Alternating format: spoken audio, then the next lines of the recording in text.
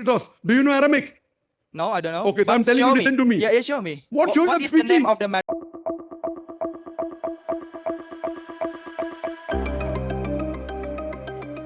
Mimbar, dalam imajinasi kita, seharusnya tempat hati ditenangkan. Tempat di mana suara pemuka agama menggema dengan ketulusan, bukan dengan nada menantang. Tempat di mana kata-kata menjadi doa, bukan senjata yang saling melukai. Kursi-kursi jemaah seharusnya menjadi ruang teduh untuk menyandarkan kepala, mendengar suara Tuhan lewat perantara manusia yang rendah hati. Namun kenyataan hari ini berbeda. Begitu mikrofon dinyalakan, suasana mimbar berubah. Seolah bukan rumah ibadah, melainkan arena pertandingan. Seperti gong yang ditabuh di awal tinju, setiap kalimat yang keluar justru mengundang sorak penonton. Khutbah yang mestinya menghangatkan jiwa, kini terdengar seperti intro debat kandidat yang siap saling jegal. Di satu sudut, seorang ustadz dengan wajah memerah memegang dalil seperti sarung tinju yang siap menghantam lawan. Di sudut lain, seorang pendeta mengangkat ayat dengan nada tantangan, seolah siap memukul balik dengan ayat balasan. Firman yang seharusnya meneduhkan kini berubah jadi jargon. Ayat-ayat yang seharusnya menyatukan justru diangkat setinggi mungkin untuk dipukulkan di kepala lawan. Lalu, apa sebenarnya yang sedang diperebutkan? Apakah surga bisa dimenangkan dengan volume suara paling keras?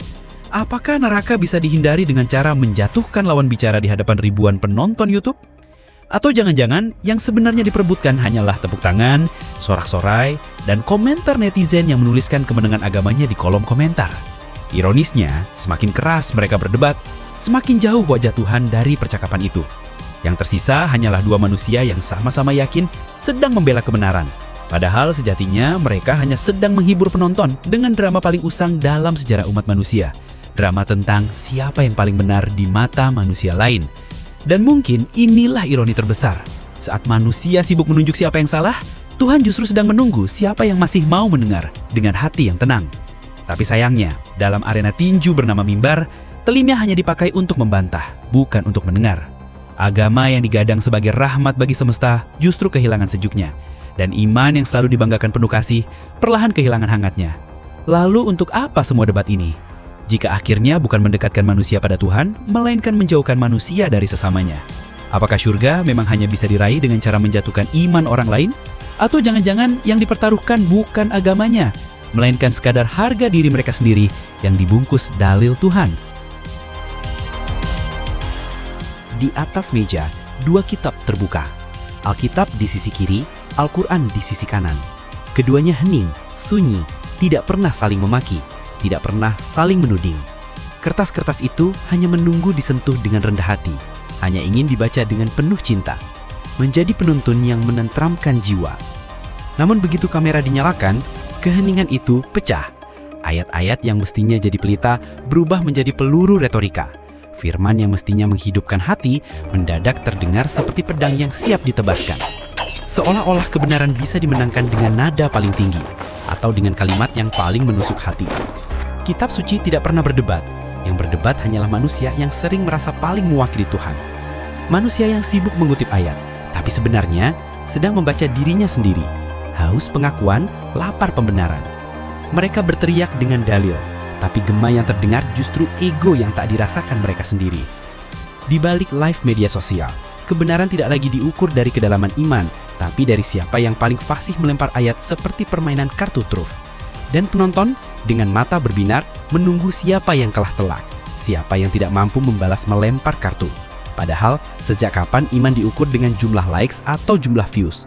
Sejak kapan keselamatan ditentukan oleh siapa yang menang adu mulut di YouTube atau TikTok? Alkitab dan Al-Quran tidak pernah bermusuhan. Mereka hanyalah catatan tak bernyawa yang isinya senantiasa mengajak manusia kepada kebaikan. Tetapi umat yang mengaku pengikutnya seringkali saling menatap dengan kecurigaan. Kitab suci hanya berdiam di atas meja, sementara manusia menjadikannya perisai untuk menutupi ambisi pribadi. Ada yang takut kehormatan ustadznya tercoreng, ada yang khawatir rumah ibadahnya kehilangan jemaat. Pada akhirnya, ayat bukan lagi cahaya, melainkan alat untuk mempertahankan gengsi mereka sendiri. Dan disitulah tragedinya. Kitab suci yang seharusnya menjadi jembatan menuju Tuhan justru dijadikan pagar pemisah antar manusia. Menjadi pintu gerbang permusuhan bagi mereka yang berbeda pandangan. Firman yang mestinya mengikat persaudaraan kini dipakai untuk memutuskan tali silaturahmi. Mereka mengaku membela Tuhan, tapi jangan-jangan yang dibela hanyalah reputasi pribadi. Tapi saya lebih hebat daripada Paulus. Diam kau. Saya lebih hebat dari Paulus. Diam kau. Kau ya diam. Di antara Alkitab dan Al-Quran, suara paling lantang ternyata bukan kasih, bukan rahmat, tapi hujat. Ayat-ayat yang seharusnya menjadi jembatan hati justru dijadikan jurang pemisah. Bukankah Alkitab pernah berkata, kasihilah sesamamu manusia seperti dirimu sendiri? Matius 22 ayat 39. Bukankah Al-Quran pun menegaskan bahwa Nabi Muhammad diutus sebagai rahmat bagi semesta alam? Surat Al-Anbiya ayat 107. Tetapi apa yang terjadi?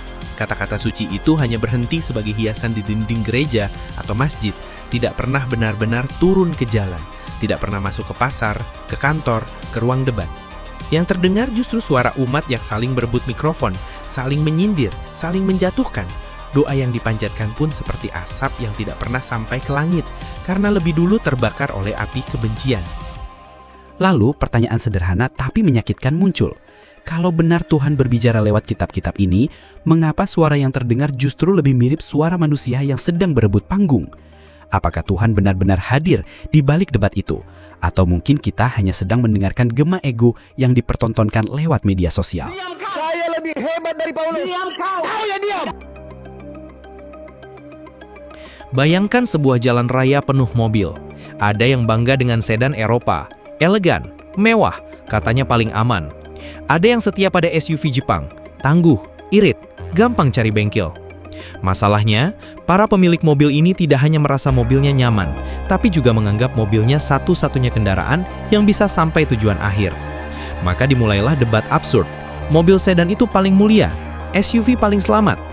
Pertanyaannya, sejak kapan preferensi kendaraan berubah jadi ukuran kebenaran universal? Sejak kapan rasa nyaman seseorang dalam berkendara berubah menjadi kewajiban bagi semua orang untuk ikut naik jenis mobil yang sama? Beginilah wajah perdebatan antar keyakinan. Bukan soal sampai tujuan dengan selamat, melainkan adu mulut siapa yang mengendarai mobil jalan surga paling murni. Tidak peduli bahwa setiap orang punya kondisi jalan berbeda, kebutuhan keluarga berbeda. Semua dipaksa ikut standar kecepatan dan arah pemikiran kelompok tertentu. Padahal yang lebih penting bukan merek mobilnya, melainkan apakah kita sampai di tujuan tanpa menabrak orang lain, tanpa merampas hak pejalan kaki, atau saling menolong jika mogok di tengah jalan. Debat tanpa kemenangan ini akhirnya jadi pawai konyol di jalan raya. Setiap pengemudi membunyikan klakson, memamerkan brosur spesifikasi, mengutip iklan resmi pabrikan. Tapi tidak pernah ada pemenang, karena yang diperebutkan bukanlah keselamatan perjalanan, melainkan klaim siapa yang paling benar di balik setir. Klaim yang dibuat sendiri, sekaligus dimenangkan oleh diri mereka sendiri. Inilah tragedi umat manusia, terjebak dalam kemacetan spiritual di jalan yang seharusnya mengantar semua orang pulang dengan damai. Mungkin suatu hari nanti, kita sadar, yang penting bukan merek mobil yang dipakai, tapi bagaimana kita bisa berbagi jalan, saling memberi lampu sein, saling membantu sepanjang perjalanan, dan sampai tujuan bersama-sama tanpa harus saling tabrak.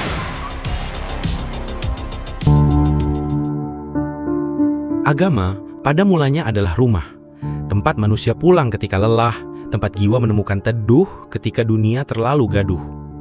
Tapi kini, rumah itu seringkali terasa bising, penuh teriakan orang yang berebut mikrofon. Saya injili Bapak dulu dah. Kalau saya ngomong Bapak mau dengerin nggak? Bukan. Kalau Bapak nggak mau dengerin, ngapain saya dengerin Bapak? Satu pihak mengklaim dirinya pemilik kebenaran mutlak, sementara yang lain sibuk menuding bahwa lawannya sesat dan pasti masuk neraka. Di tengah hiruk-pikuk itu, orang-orang kecil yang hanya ingin hidup damai mendadak merasa terasing di rumah yang katanya penuh kasih. Tak heran, sebagian memilih pergi diam-diam. Mereka jenah, mereka muak. Mereka tidak lagi peduli siapa yang paling benar, siapa yang paling berhak masuk surga. Mereka hanya ingin ketenangan, tapi agama yang seharusnya memberi kedamaian malah berubah jadi arena perebutan klaim. Maka lahirlah generasi yang memilih meninggalkan agama bukan karena mereka membenci Tuhan, tapi karena terlalu letih melihat umatnya saling berebut posisi di panggung debat.